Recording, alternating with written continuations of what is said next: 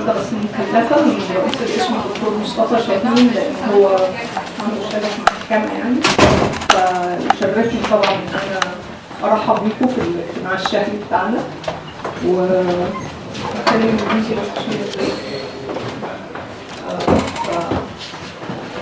welcome to our monthly meeting.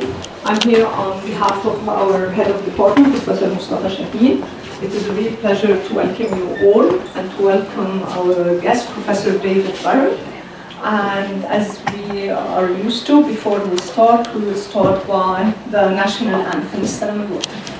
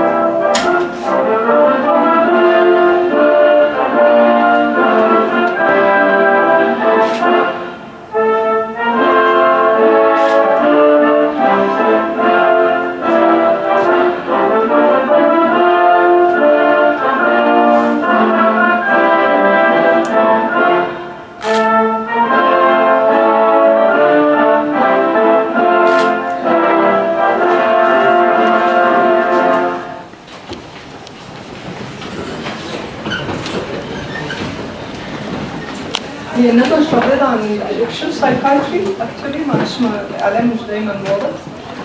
And it is a real pleasure for me to introduce Professor David Barwon. He is the former Deputy Clinical Director in NIMH, okay, the Department Chair Psychiatry in Temple University of Southern California, the Provost, أو إحنا هنا في مصر بنقول Rector, and Senior Vice President for Western University of Health Sciences. We can go on for half an hour at least to say the most important bits about his CV, but thankfully he has agreed that we can keep it short. I think it's better to listen to him than to listen to me saying what he has done. He has accomplished a lot, I am sure. The title of his talk is Opioid Addiction, Intra-Professional Education. And I will leave the mic for Professor Barwon to tell us about this very interesting topic. الحقيقة أنا كنت في موقف صعب شوية، كان بيسألني يتكلم عن إيه أحسن حاجة، وأنا حسيت إن أنا ما أقدرش أقول بدلكم، فقلت لهم من كل بستان بره، بعد كده يبقى في discussion, okay? Well, thank you very much, and thank you all for coming. I do a lot of work in the field of sport, and whenever you hear your national anthem, it means you were the champion, that you won. So hopefully we will all win today, sharing with each other some thoughts about what has become one of the world's greatest public health epidemics, and that's the area of addiction, and particularly in opioid addiction. As psychiatrists, we focus primarily on how people think, how they feel, and how they behave. Drug addiction addresses all three of those issues. People oftentimes take drugs because they have uncomfortable feelings, or they take drugs because they want to get high. The behavior of taking drugs, injection or by mouth or through the nose, is a behavior that most people think we can stop. In fact, in my 38 years in psychiatry, and I actually started doing addiction research before that, before I became a psychiatrist, I never once met a patient who told me their life goal was to grow up and become the world's best addict. No one comes into this world wanting to become an addict. It brings shame on the family, shame on themselves, disrupts their family, very rarely leads to anything good in their life. Yet, when people become addicted, they cannot control the behavior. We know that drug addiction is one of the most recurrent illnesses. Worldwide, drug addiction has significant stigma. Drug addicts are not viewed as good, honorable people. They're involved in illegal activities to support their habits. Their families are oftentimes ashamed or embarrassed by their behavior. They underachieve in life at every level of life. So why is it that something that we know has such a negative effect on life has become the #1 public health issue in the world? Why is it that we know what taking drugs does to your life, to your health, both physical and emotional, and yet people use? And unfortunately, the data on opioid addiction worldwide is only going up. Despite all the science, all that we know about the effects of drug addiction, it continues to rise. I believe when we look at addiction, we have to understand this as a classic biopsychosocial problem. It has to do with many factors. Much of my recent research has been on understanding the biology of addiction. So we now know that we have individuals who are at greater risk for drug addiction based on genomics. We know that there are candidate genes that put one at greater risk. Why is it that some people can try cocaine, other drugs, once, twice, never become addicted, and others become addicted? Well, we now know that there's a very important genetic component. Just like our expert in ADHD, we know that there are a number of candidate genes that put an individual at higher risk for ADHD, for cancer, for heart disease, and for addiction. So we're getting very close to be able to screen individuals who might be at higher risk based on a series of candidate genes. Now, why that's important is because if we know someone is at higher risk for addiction, maybe we can intervene before they become an addict. Identify a high-risk patient population. And this is what we're doing. We know a bit more about the addiction biology. We know the effects of dopamine as the reward pathway. Mesolimbic dopamine becomes a very important issue. Now, why is it important to understand the biology of addiction? Because if we don't understand the biology, we will not be very effective in coming up with effective treatments. The treatment of addiction requires more than just medications. Medications might play a role, but it's one piece of a much bigger puzzle. The role of the family, the role of psychotherapy, the important aspect of keeping the patient engaged. All the data worldwide has demonstrated one thing consistently when it comes to the treatment of addiction. And that one thing is not one particular medication. What that one thing is having the patient stay engaged in treatment. That is the best predictor. So patients who leave the hospital against medical advice, who don't come back for their outpatient treatments, they are at the highest risk for relapse. So biology can help us to understand why people would do something that they otherwise know is going to have a very bad effect on their life. Biology also helps us to understand craving. Why do people take drugs continuously when they know the negative outcome, when they know what this is going to do to themselves and to their families? And the answer to that is craving. I must take the drug.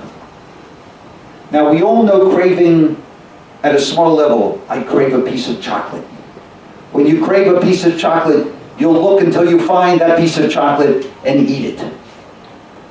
Or I crave a nice shawarma sandwich, you'll find it. But drug addiction is craving times 100. That people are driven, they will do anything to get the drug, even though they know it is likely to have a negative effect.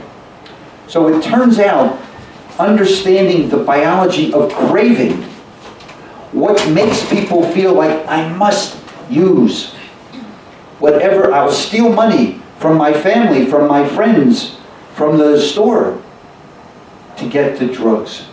So as we understand craving, we start to understand how do we develop effective treatments, because there are very few effective treatments. It's like cancer. When I started my medical training, there were very few treatments for cancer. Most people ended up dying. Now, because of excellent research, there are many treatments for cancer. Many forms of cancer are actually curable.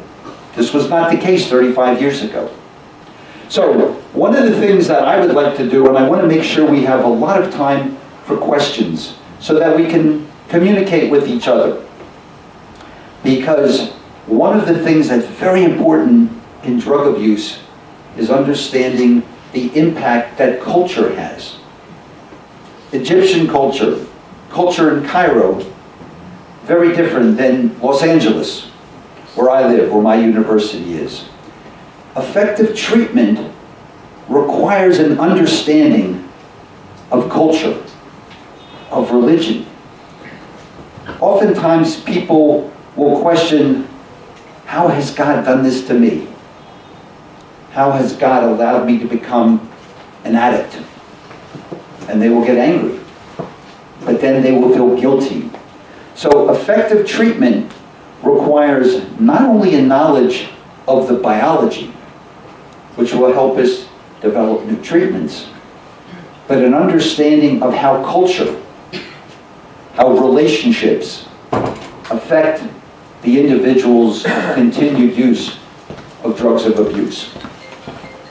One of the things I'm very interested in doing, working with my dear friend Professor Samir, we've been friends for many years now, since 2005, is developing a training program for residents, faculty, in the treatment of addiction with my university in Los Angeles, so that we can understand how to best diagnose early and treat addiction, so that hopefully someday we will look at addiction the way we now look at cancer. In many ways, a treatable disease. Unfortunately, addiction affects many things other than just using and getting high. It affects overall physical health. The effects of drugs of abuse. They're not pure drugs like we get from the pharmaceutical industry. These are drugs that are contaminated with many other substances. In the US, we call them adulterants. It's putting something in, and oftentimes it can be rat poison. Anything that looks white to make it look like cocaine. Very interesting to me, and I've had this discussion with Professor Samir, is that although hashish is probably the #1 drug of abuse in Egypt, tramadol is very high on the list. Nowhere else in the world. Tramadol abuse almost non-existent in the United States because it's considered a milder form of an opioid. So there's something about tramadol in Egypt that has it so high up on the list. For a while, I thought maybe this was because a number of years ago, there was a report that was untrue that said that tramadol increased sexual performance. Not accurate, but it was on the internet. And I thought, well, maybe people thought that they were abusing tramadol for sexual performance. It doesn't work, but there's no data to demonstrate that. So I believe there's a wonderful opportunity for my university. We are the largest, most diverse health science university in the United States, to work with our brothers and sisters and colleagues here at University of Cairo to develop advanced training, master's programs, certificates, so that we can advance not only the science of addiction, but the clinical care. I believe when it comes to addiction, every member of the healthcare team, nurses, psychologists, social workers, need to be knowledgeable about what to look for, how to identify addiction behaviors. Because we know, just like with all other chronic diseases, the longer it goes without being treated, the more difficult it becomes to treat. If we identify addiction in adolescence and intervene, then we very well might be affecting a lifelong problem with addiction, because as the adolescent becomes older, the addictive behaviors, addicts tend to identify with other addicts. We see this with ADHD, that ADHD youth oftentimes will affiliate with other ADHD youth because they feel they understand them more. Addiction addicts tend to socialize. They spend time with other addicts, which reinforces the behaviors.